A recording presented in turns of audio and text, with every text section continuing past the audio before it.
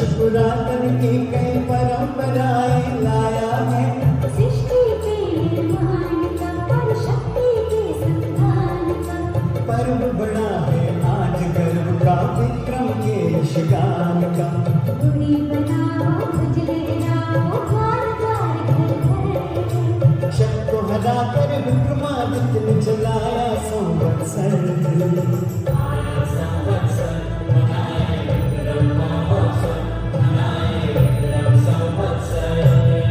भारत का सम्राट वह उज्जैनी गिरिवट।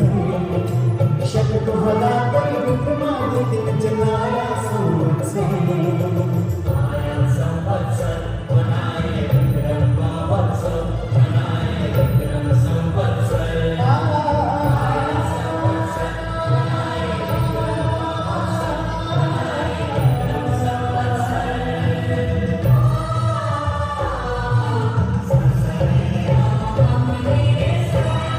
तालियों से इस भव्य ध्वज का स्वागत आज ये भव्य ध्वज बंधन के साथ स्थापित हुआ।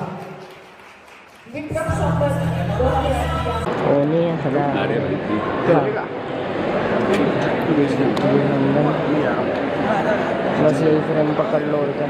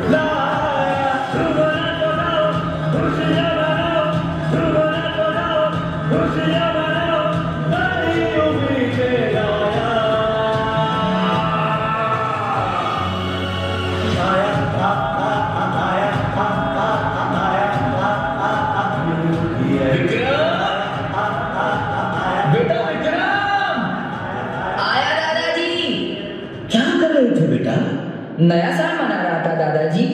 तुम्हें क्या लगता है नया साल आज से शुरू हो रहा है?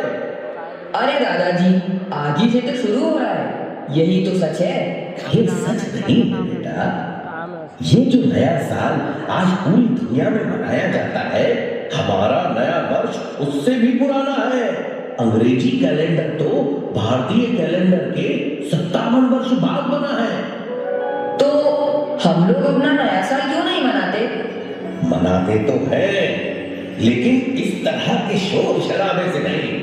हमारा नया साल तो ईश्वर की आराधना से शुरू होता है, चैत्र की पहली नवरात्रि में। हमारे नए साल के बारे में कुछ और बताइए ना दादाजी।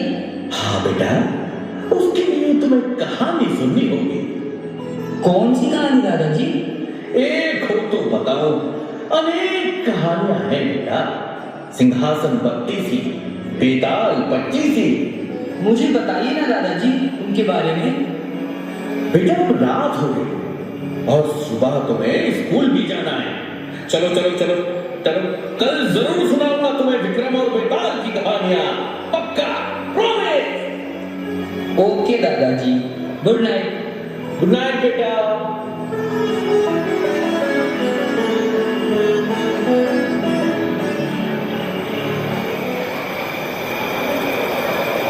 राजा, ओ राजा, जागो राजा, जागो।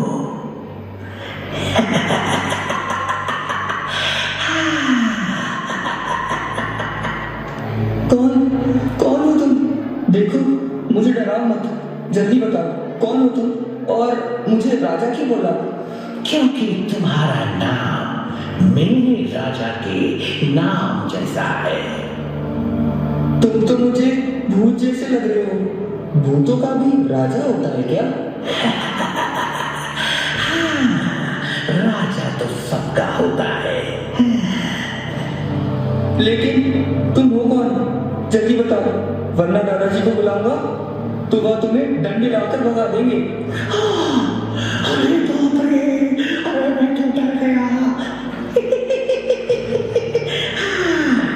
लेकिन एक बात बताऊं, तुम्हारे दादाजी मुझे ना देख पाएंगे ना सुन पाएंगे। क्यों, तुम कोई मिस्टर इंडिया हो क्या? नहीं, मैं हूँ मिस्टर बेताल। विक्रम वाले बेताल? तभी तो विक्रम के सपने में आया हूँ। अरे कितना क्यूट सपना है मेरा। वाह, तो सुनो ना बेताल चाचा। हाँ, मुझे अपने राजा की कोई कहानी सुनाओ ना। तो सुनो। एक बार राजा विक्रमादित्य के दरबार में धनपाल नाम का एक किसान रोता हुआ आया।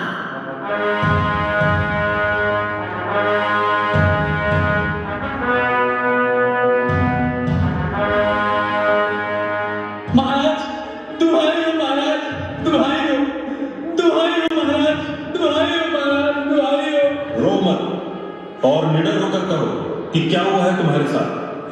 महाराज, मैं आपके राज्य का एक गरीब किसान हूँ। मेरी लड़की सुरभि जंगल में लकड़ी काटने गई थी, तब से लौटी नहीं। मैंने उसे बहुत खोजा लेकिन वो कहीं नहीं मिली। अवश्य ही वो किसी संकट में है महाराज, मेरी सहायता करें, मेरी सहायता करें महाराज। कहीं वो जंगली जानवरों के रास्ते में तो नहीं आ गई होगी। नहीं महाराज, जंगली जानवरों से बचने के तरीके मैंने उसे सिखा रखे हैं।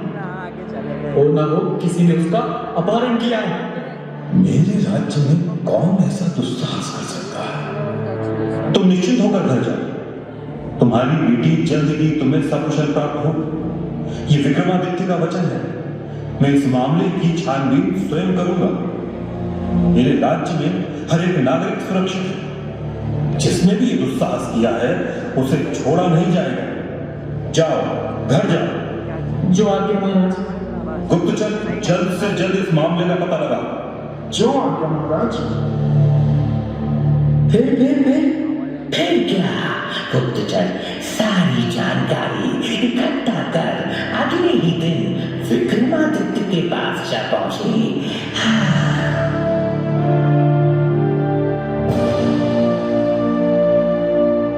महाराज, सुरभि को आखिरी बार जंगल के एक डरावने खंडहर में देखा गया था। तो खंडहर में अपने सैनिक भेजो। भेजे थे महाराज, किंतु हमारे सैनिक भी भीतर जाने से डर रहे हैं। यदि सैनिक भी प्राणों पर संकट देख भयभीत होने लगे तब तो चल चुका राजपाट। प्राणों के संकट से कोई नहीं डरा महाराज। लोगों का कहना है कि उस खंडहर में कोई तांत्रिक साधना कर रहा है। यदि उसे छेड़ा गया तो राज्य पर गंभीर संकट आ सकता है। उसे नहीं छेड़ा गया, इसीलिए किसान की बिटिया पर ये संकट आन पड़ा है। साधना का चोला उड़ने से कोई साधक नहीं हो जाता। अब तो हम स्वयं उस खंडहर में जाएंगे।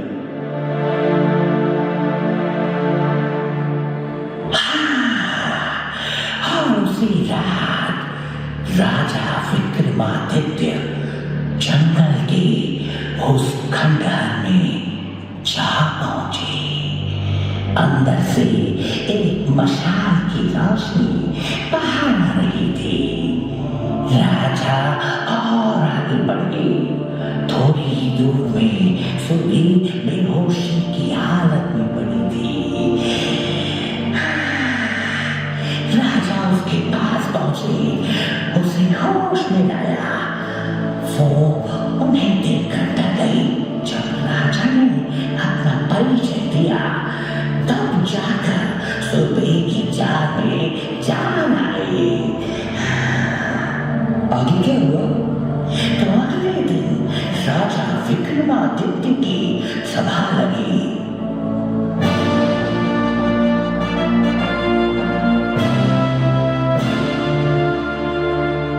बताओ बेटी सुरभि, जो भी तुम्हारे साथ हुआ वो सब कुछ निडर होकर करो। चुप क्यों हो सुरभि? यहाँ सब अपने ही है। जो भी तुम पर बीता वो कहो। मुझे उस खंडहर तक ले जाने वाला एक तांत्रिक था। उसने साधु का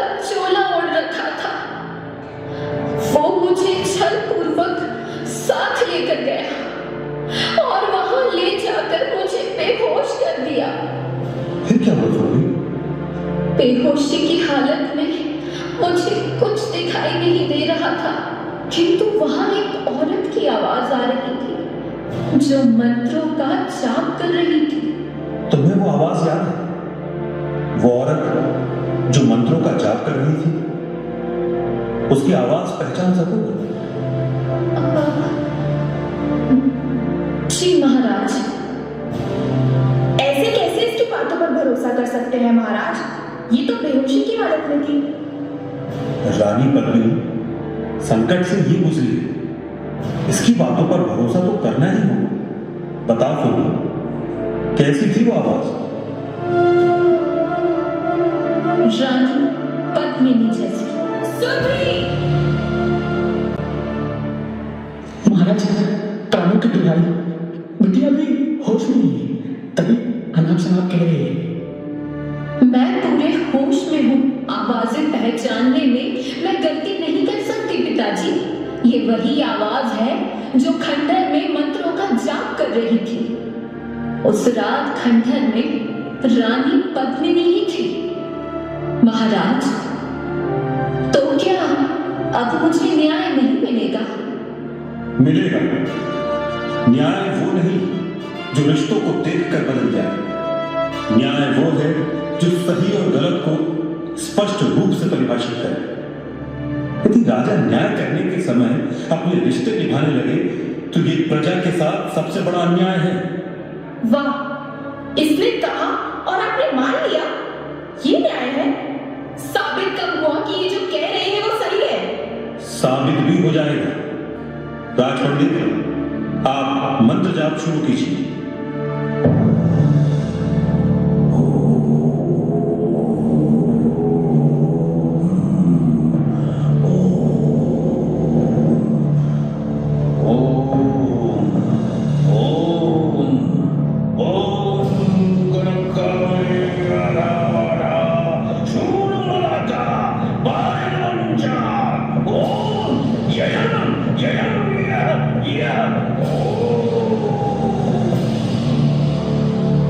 बंद करो, बंद करो। गलती हो गई महाराज, बहुत बड़ी भूल हो गई मुझसे।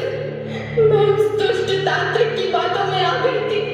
उसने मुझे यौवन और सौंदर्य बढ़ाने का लालच दिया और धोखे से काले चक्कर से अपने वश में कर लिया।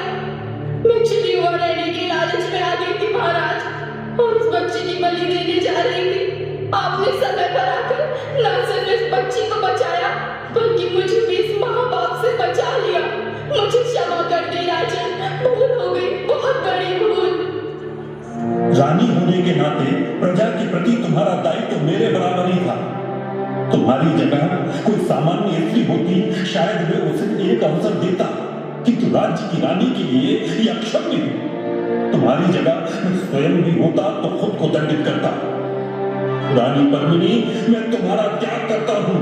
तुम्हें दंड स्वरूप वनवास दिया जाता है। क्षमा महाराज, क्षमा। इस भूल की ऐसी बड़ी सजा मत दीजिए। मुझे अपने चरणों से दूर मत कीजिए महाराज। सैनिकों, रानी को यहाँ से दूर ले जाकर वन में छोड़ दो और उस दुष्ट तांत्रिक को पकड़कर आजीवन कारावास में डाल दो। न्याय ऐसा होना चाहिए कि वो समाज में एक मानक स्थापित करे। अब दोबारा किसी की हिम्मत ना होगी कि इस तरह का कुकृत्य मेरे राज्य में कर सके। महाराज, महाराज, आप महान हैं। आप जैसा कोई दूसरा नहीं। आपकी सदा ही जय होगी महाराज, सदा ही जय होगी, सदा ही जय होगी।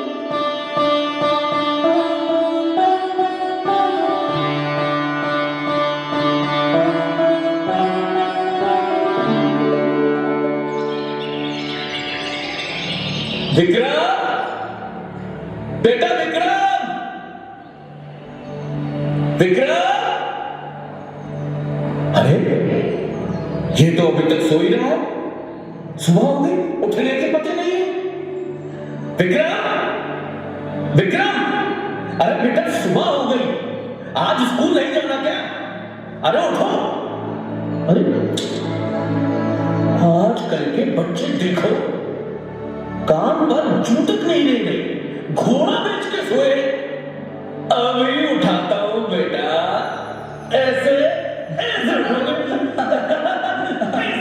उठो। अरे बेटा मत करो ना। मैं दादाजी को बता दूंगा, फिर वो तुम्हें डंडे से पीटेंगे। हाँ? क्या खेल बना रखा है बेटा? स्कूल का समय हो गया, उठो वरना देर हो जाएगी। चलो उठो। अरे दादाजी आप, और वो बेताल कहाँ गया? अरे तू है मेरा विक्रम और मैं हूं तेरा बेताल। बेटा तुम जरूर कोई सपना देख रहे हो। चलो चलो चलो चलो चलो जल्दी जल्दी से ब्रश करो और स्कूल के लिए तैयार हो जाओ। बिल्कुल टाइम नहीं है, चलो। आप भी सपना ही देख रहे हैं दादाजी, आज संडे है। क्या? ये क्या हो गया? संडे है आज? अरे हे मेरे भगवान, मैं तो पक्का बूढ़ा हो गया। मुझे पता ही नहीं चला कि रविवार है आज। अरे बेटा मुझे माफ कर दो, मैंने तुम्हारी भी नींद खराब कर दी। कोई बात नहीं। आपको पता है दादाजी, आज मेरे सपने में बेताल आया था। क्या? और उसने मुझे विक्रमादित्य की एक कहानी सुनाई। अच्छा, जो उनके न्यायप्रिय होने से जुड़ी थी। अब आप मुझे उनकी वीरता और दूसरे गुणों की कहानी सुनाइए। नेकी और पूछ तो सुनो बेटा।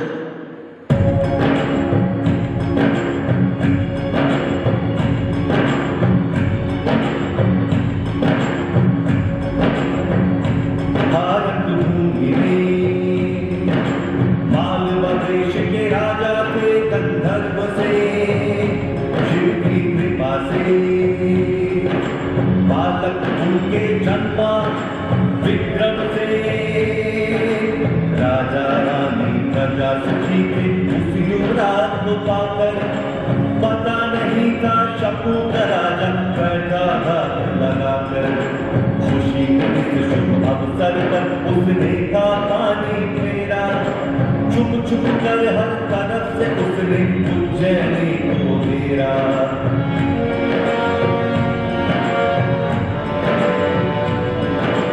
रानी और बालक विक्रम को गुप्त मार्ग से भेजा। गंधर्व सेन ने संकट क्षण पत्थर का किया कलेजा। जग राजा ने बाण और गंधर्व सेन का घमासान, जो तेरे जीत गए ये मातृभूमि का था अपमान। जो तेरे जीत गए ये मातृभूमि का था अपमान। गंधर्व सेन ने मातृभूमि की फिर सौगंध उठाई। गंधर्व सेन ने मातृभूमि की फिर सौगंध उठाई। लड़ेगा विक्रम सेन एक दिन इस मिट्टी की लड़ाई। लड़ेगा विक्रम सेन एक दिन इस मिट्टी की लड़ाई। लड़ेगा विक्रम सेन एक दिन इस मिट्टी की लड़ाई।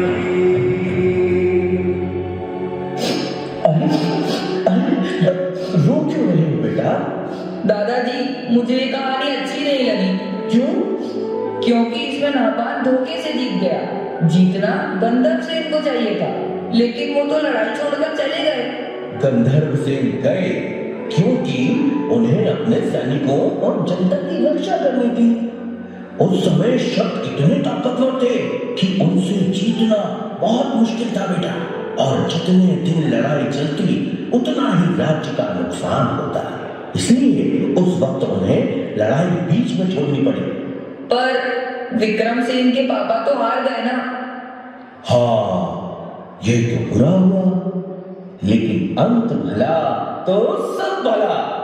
कहानी के अंत में तो विक्रम ही जीतेगा। मैं जीतूंगा।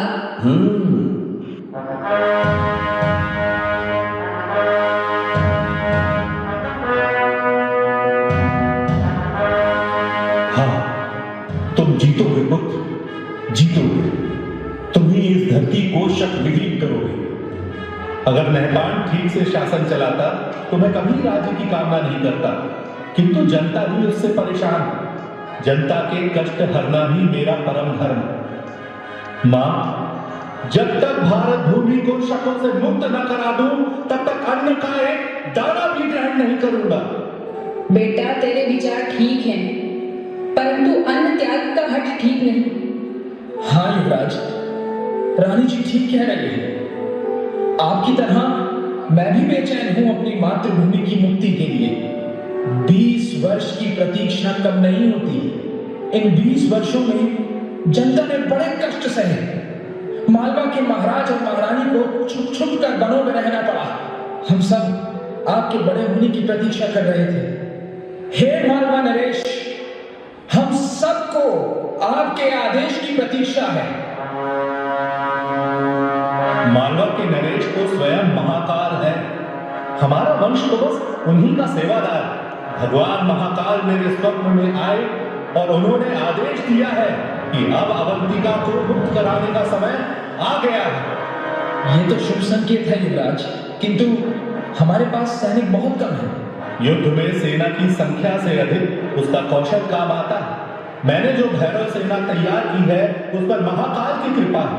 इस भैरव सेना में ताकत और बुद्धि का सटीक मिश्रण है। हमें नहपान की सेनाओं की रसद रोकनी होगी। रसद की कमी से वो आपस में ही कट मरेंगे और सही अवसर देखकर हम आक्रमण करेंगे। किंतु ये छल तो नहीं कहलाएगा कुंवर? तब कहलाता है जब हम शत्रु पर पीछे से हमला करें। हम तो पहले उन्हें दुर्बल करेंगे, फिर सामने से हमला करेंगे। नहपान को संदेशा भिजवा दीजिए कि उसके पाप का घड़ा भर चुका है, किंतु सूचना मिलते ही वो सतर्क हो जाए। निश्चेत पर हमला कायरता है और विक्रम कायर नहीं। हाँ बेटा, हमले से पहले शत्रु को सचेत करना वीरता का लक्षण है। काश तुम्हारे भाई भृतहरि भी आज साथ होते। उन्होंने जन कल्याण के लिए ही वैराग्य धारण किया है। उनकी साधना का बल मेरे साथ है। जय महाकाल! जय महाकाल!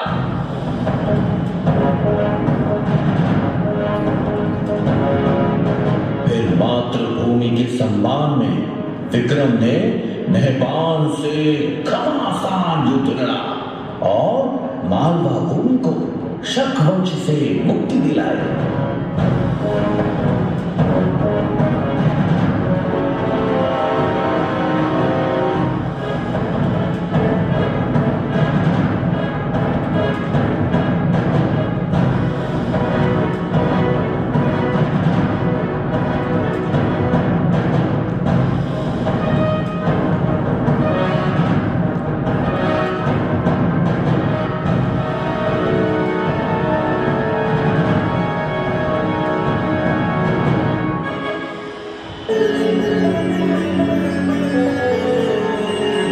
जिन शकों का सूर्य कभी नहीं डूबता था, आपने मालवा से उनका अंत कर दिया। अब आपको संपूर्ण भारत भूमि को शक मुक्त कराना है। आपका पराक्रम भगवान सूर्य जैसा है, इसलिए अब से संसार आपको विक्रम से नहीं, विक्रमादित्य के नाम से जानेगा। महाराज विक्रमादित्य की जय हो! भगवान नरेश विक्रमादित्य की जय हो! महाराज, शकों की विधवाओं और बच्चों के लिए क्या आदेश है? ससम्मान विधवाओं के पुनर्वास की व्यवस्था की जाए और बच्चों की शिक्षा दीक्षा राजकोष से कराई जाए। अद्भुत! महान राजा का यही गुण है कि वो अपने संरक्षण में आने वाले सभी जीवों की रक्षा करे। आपने एक नए समय का सूत्रपात किया है। आपकी अनुकंपा है गुरुदेव। अवश्य ही ये समय अपनी जड़ों की ओर लौटने का है, वैदिक परंपराओं की पुनर्स्थापना का। कुलदेवी हरसिद्धि की कृपा से मैंने अपने नवरत्न पहचान लिए हैं। इन नवरत्नों की सहायता से मैं इस राज्य का संचालन करूंगा।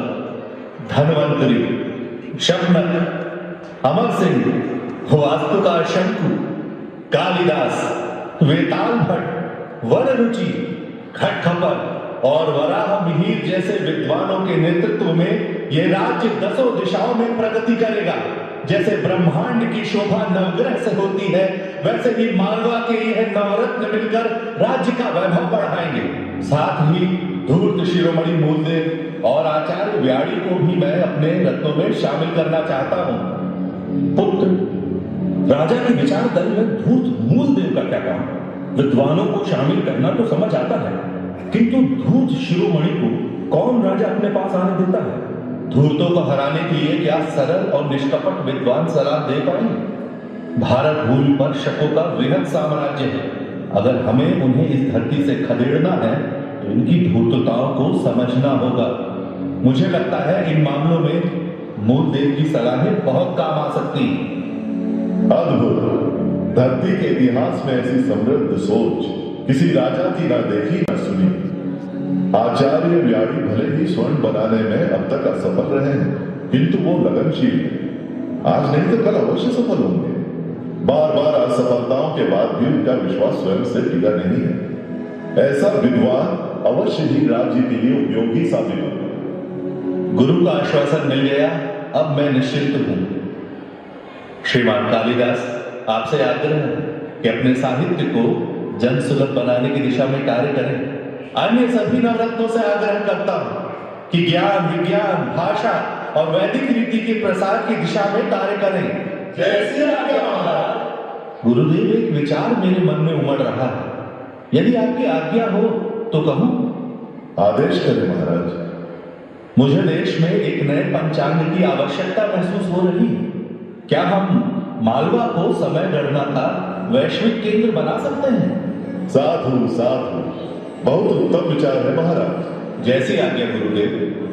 श्रीमान वराहमिहिर, मैं आपको एक बड़ा दायित्व सौंप रहा हूं। आप खगोल और ज्योतिष के ज्ञाता हैं। हमारे भारत में अब तक पूर्ण रूप से प्रामाणिक और वैज्ञानिक पंचांग नहीं है, जिसके कारण सदा ही जनता में शुभ और अशुभ मुहूर्तों के संबंध में भ्रम की स्थिति बनती है।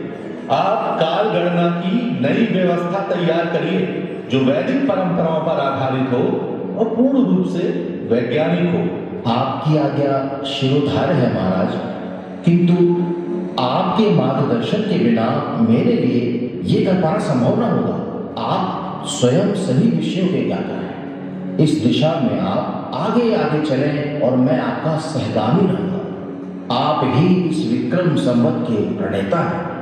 विक्रम संवत, विक्रम संवत, विक्रम संवत। जैसी सभासदों की इच्छा। आज चैत्र नवरात्रि का पहला दिन है।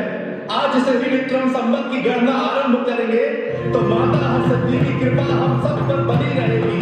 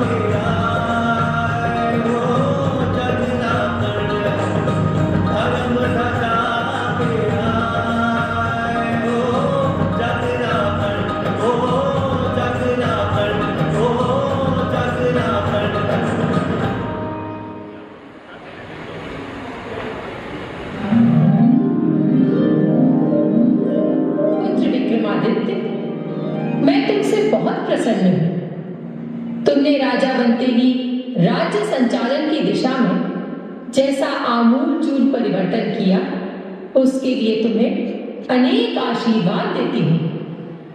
मैं तुम्हें ये 32 पुत्रियों वाला सिंहासन देती हूँ। तुम इस सिंहासन में बैठकर न्याय कर सकोगे। मेरा आशीर्वाद है कि संपूर्ण भारत पर तुम्हारा शासन स्थापित होगा।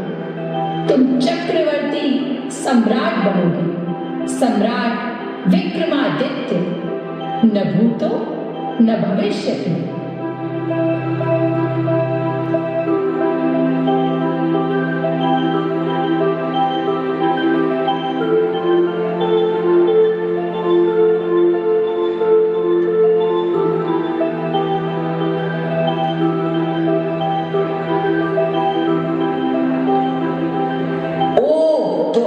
इसीलिए मेरा नाम विक्रम रखा था, ताकि मैं भी उनकी तरह महान बन सकूं। हाँ, और नहीं तो क्या। जानते हो बेटा, उनके बाद 14 ऐसे राजा हुए जिन्हें विक्रमादित्य कहा गया। विक्रमादित्य की प्रसिद्धि के बाद उन महान राजाओं को विक्रमादित्य की उपाधि दी जाने लगी। क्या पता कल को तुम ही विक्रमादित्य कहलाओ। उनकी महानता की और कहानियां बताइए ना दादाजी। हाँ हाँ, क्यों नहीं। उनकी महानता पर जितना कहूं उतना ही कम है बेटा। उनका शासन सिर्फ भारत में नहीं, आज के अरब, ईरान, इराक और मिस्र तक फैला हुआ था। और उन्होंने कश्मीर की राजा की मृत्यु के बाद संकट में पड़े राज्य में सुशासन स्थापित किया। जानते हो बेटा, उन्होंने गांधार प्रांतों को शिक्षित करने के लिए वहां भी वेधशालाएं बनवाई। उनके सद्गुणों की चर्चा अनेक भाषाओं के ग्रंथों में मिलती है। उनकी अरब विजय का वर्णन अरबी कवि जरहाम किंतोई ने शायद उल-उकुल में किया है। इस्तांबुल की प्रसिद्ध लाइब्रेरी मकतब सुल्तानिया में यह किताब है जिसमें एक शिलालेख का जिक्र मिलता है। हाँ, ये रहा। बेटा जरा उसका ये अंश तो पढ़ो।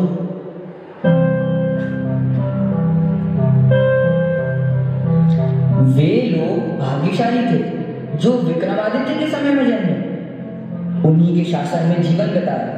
वह एक दयालु, उदार और कर्तव्यनिष्ठ राजा था जो हर एक व्यक्ति के कल्याण के बारे में सोचता था। उसने अपने पवित्र धर्म को हमारे बीच फैलाया।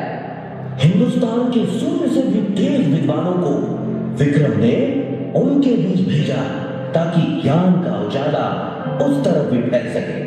दादाजी, मुझे विक्रमादित्य की और कहानी सुनाइए ना। हाँ हाँ मेरे बच्चे, क्यों नहीं। रुको। इन किताबों में क्या है दादाजी? इन किताबों में कहानियां हैं। इन दोनों किताबों में सम्राट विक्रमादित्य की कहानियों का भंडार है बेटा। एक है सिंहासन 32 और दूसरी बेताल 25। इसके अलावा भी उनकी वीरता, उदारता, दया, क्षमा आदि गुणों से भारतीय साहित्य भरा पड़ा है बेटा। इन्हें पढ़ो और उनके गुणों को अपने जीवन में उतार कर तुम भी उनके जैसा बनो।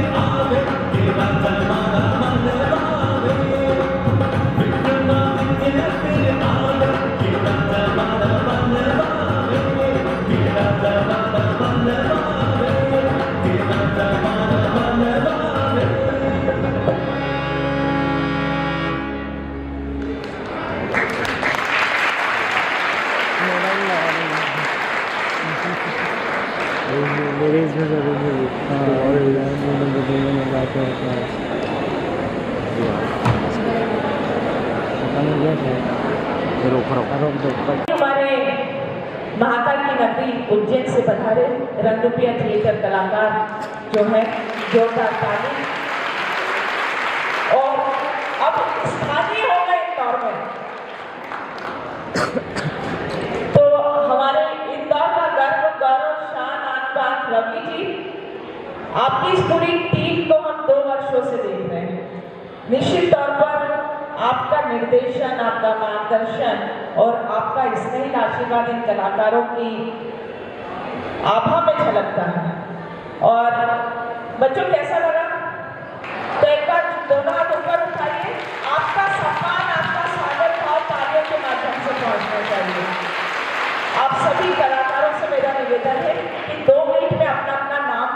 बता दें तो हमारे कलाकार जो से रूबरू हमारा युवा वर्ग हो जाएगा। नमस्कार, मेरा नाम कुमार जड़े है और मैं महाराजा विक्रमादित्य के राजगुरु का किरदार निभा। नमस्कार, मेरा नाम लवीना तिवारी है। नमस्ते, मेरा नाम सपना त्रिवेदी है। नमस्ते, मेरा नाम जयश्री यादव है जो सुरभि अपने की वो है। नमस्ते, मेरा नाम सेजल दवे है, मैं वीरमती हूँ। नमस्कार, मेरा नाम प्रतीक सक्सेना है और मैंने विक्रमादित्य का किरदार निभाया। नमस्कार, मेरा नाम अभिषेक है। मेरा नाम हिमांशु विश्वकर्मा है।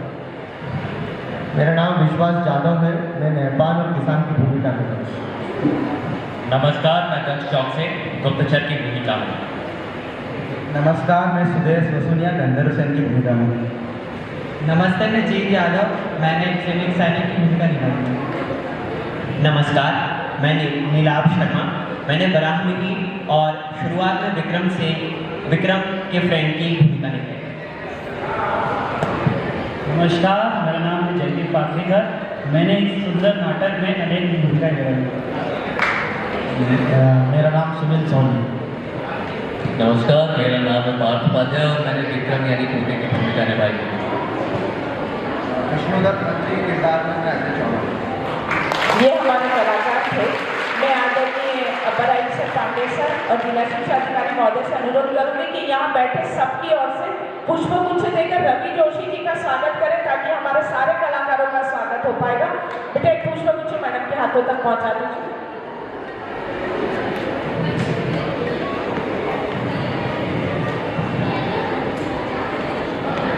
सभी कलाकारों के लिए उनके नेतृत्वकर्ता, उनके मार्गदर्शन, उनके संयोजनकर्ता, उनके निर्देशक, जोरदार तालियां रवि जी के लिए।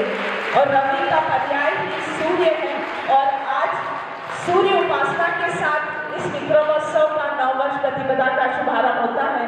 तो रवि जी अपने कलात्मक मन की सूर्य की आभाएं कलाकारों को सदा बिखेरते रहे। ये कलाकार हमारे शहर का, प्रदेश का नाम रोशनान्वित करें। आप सबकी ओर से यही शुभकामनाएं। आदरणीय अपर एक्शन से अनुरोध करूंगी कि सर आभार भी सभी के लिए आप व्यक्त कर दें। आज इस कार्यक्रम को सुंदर समन्वित रूप में नगर निगम के माध्यम से हम सब के लिए संजोने वाले आदरणीय अपर एक्शन नरेंद्रनाथ पांडे सर से अनुरोध।